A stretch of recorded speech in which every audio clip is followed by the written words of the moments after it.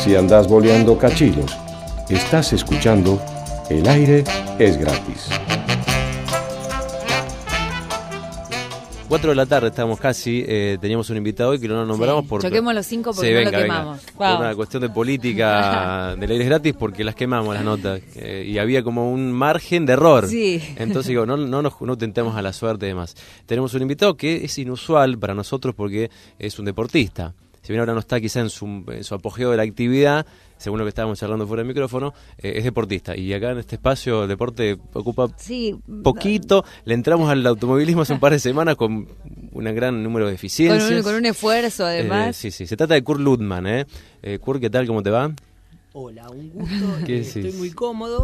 Y para agregar de lo que estábamos hablando recién, esto de cuándo es deporte y cuándo es vida cotidiana, cómo se mezcla todo dentro de una cancha o cada vez que uno juega. Sí, igual estás avisado de que venías invitado para hablar un poquito de la vida y del fútbol también, pero no solo de fútbol porque no es un programa pelotero, digamos. Así que, bueno, Kurt Ludman, yo creo que la gente que es acá de la ciudad o del fútbol más particular lo conoce porque ha tenido un paso por Newell's Old Boys en primera, es un jugador de las inferiores, según tengo entendido, ¿no?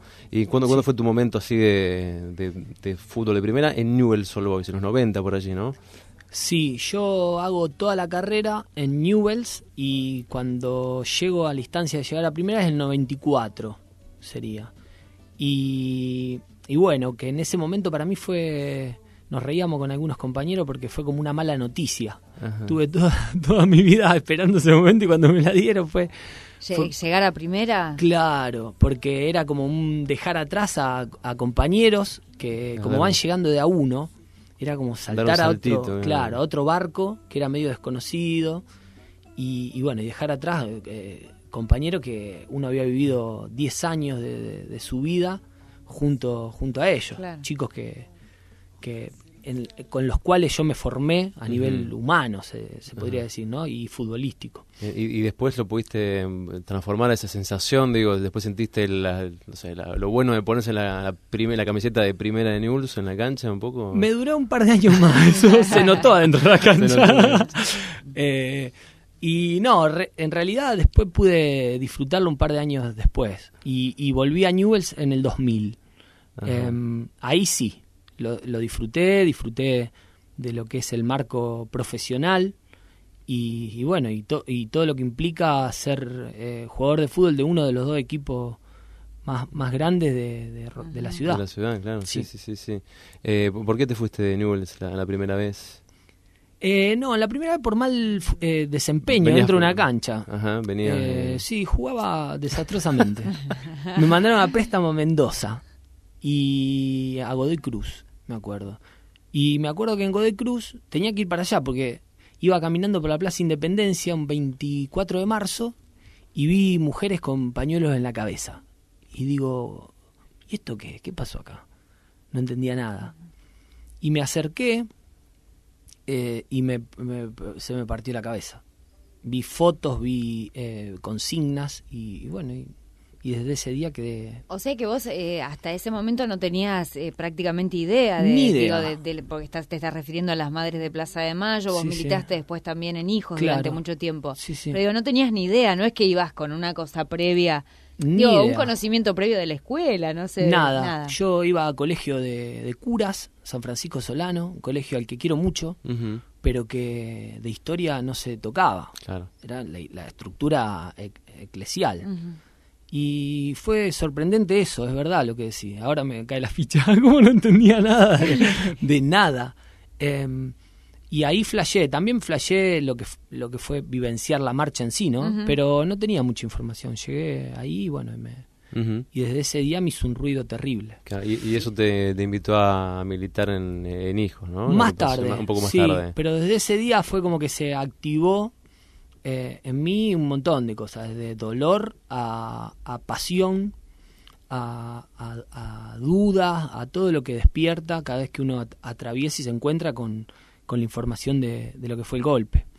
¿Y te acercaste en ese momento a la ronda de las madres? ¿Preguntaste? Sí, pregunté, me contaron muy pacientemente, en lugar de decirme, oíme pelotudo, tenés 18 años. Deberías saber, huevón, ¿eh?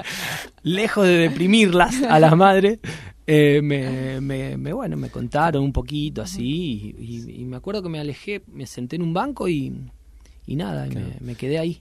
Igual saliendo en tu defensa, ¿qué edad tenías? ¿Y eran los 90 y pico? Y 18 años. Claro. No, es indefendible. Yo No, creo que está pero bien. digo por el momento político por ahí argentino, donde no sé si Sí, el tema sí. de los juicios estaban replanchados por el estaban indulto. replanchados. Claro, no. Entonces había otro lugar en los medios y en la Sí, sociedad. a de nivel, la discusión. a nivel mediático, que es la información que te puede llegar por fuera Sí, de nada que ver. No había nada. O sea, y diste en un punto que es cierto que en las escuelas, yo también fui a un colegio religioso, el tema del golpe de Estado no se aborda, y mucho menos la represión, no el tema de los delitos de lesa humanidad. O sea que puede pasar que tengas 18, se ha hecho un recorrido del secundario y salgas con ese tema sin haberlo tocado, ¿no? Sí, sería el formato escuela privada Sí. post dictadura, sería eso. Está bueno, porque sí, me encontré con que esa institución, que era la que tenía que darme herramienta para entender el presente, me había ocultado parte de toda esa información. Claro. Bueno, y además una escuela de curas, digo, una Sí. institución. ¿Dónde queda la escuela? Yo tampoco esa? sabía Claro, quién era está la- Mujica Ah, la escuela de Mujica. o Angelelli, tampoco Claro, me lo contaron ahí en la escuela de cura. Vaya Mirá. detalle. Sí, lo suelen ocultar. Sí. Suelen ocultar. ¿Y eso te hizo un jugador particular, digo, no sé si del ámbito, en el medio? Porque no estamos habituados a ver a deportistas vinculados con cuestiones políticas, con cuestiones de militancia en general, ¿no? Y no sé, eso lo hiciste público, ¿cómo lo llevaste? ¿Ser jugador de fútbol, ser militante también? ¿Te generó un poco de...? Y en su momento fue como como esto de ver un bicho raro, que a la vez lo que deschavaba a nivel mediático era la poca búsqueda de información que había dentro del ambiente futbolístico. Yo tenía compañeros que en su barrio, una vez llegado a primera, colaboraban con la copa de leche de ahí del barrio de ellos. Ajá. Entonces, y no hay ni medio paso de diferencia entre una cosa y la otra. Si bien no participaban desde lo orgánico de alguna organización, ellos estaban vinculados a su barrio, a su realidad, seguían vinculados, dando una mano o viendo cómo torcían esa realidad en el 2000, por ejemplo, 2000 previo a 2001.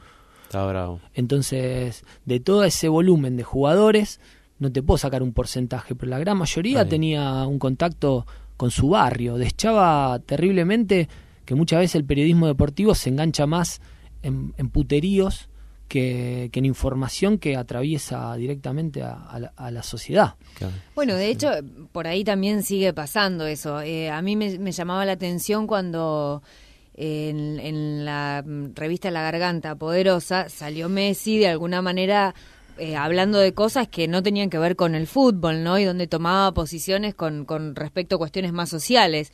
Y digo, nadie sabía, pero capaz que porque nadie... Se la nadie le preguntaron había esa vez. preguntado al pibe, ¿entendés? ¿Qué pensaba de tal o cual cosa? Y aparece ahí en esa revista. Digo, también tiene que ver con eso, con que el periodismo en realidad, sobre todo el deportivo, no se ocupa mucho de esos temas o no refleja también que un jugador no es una cabeza de pelota Claro. solamente, que le pasan otras cosas.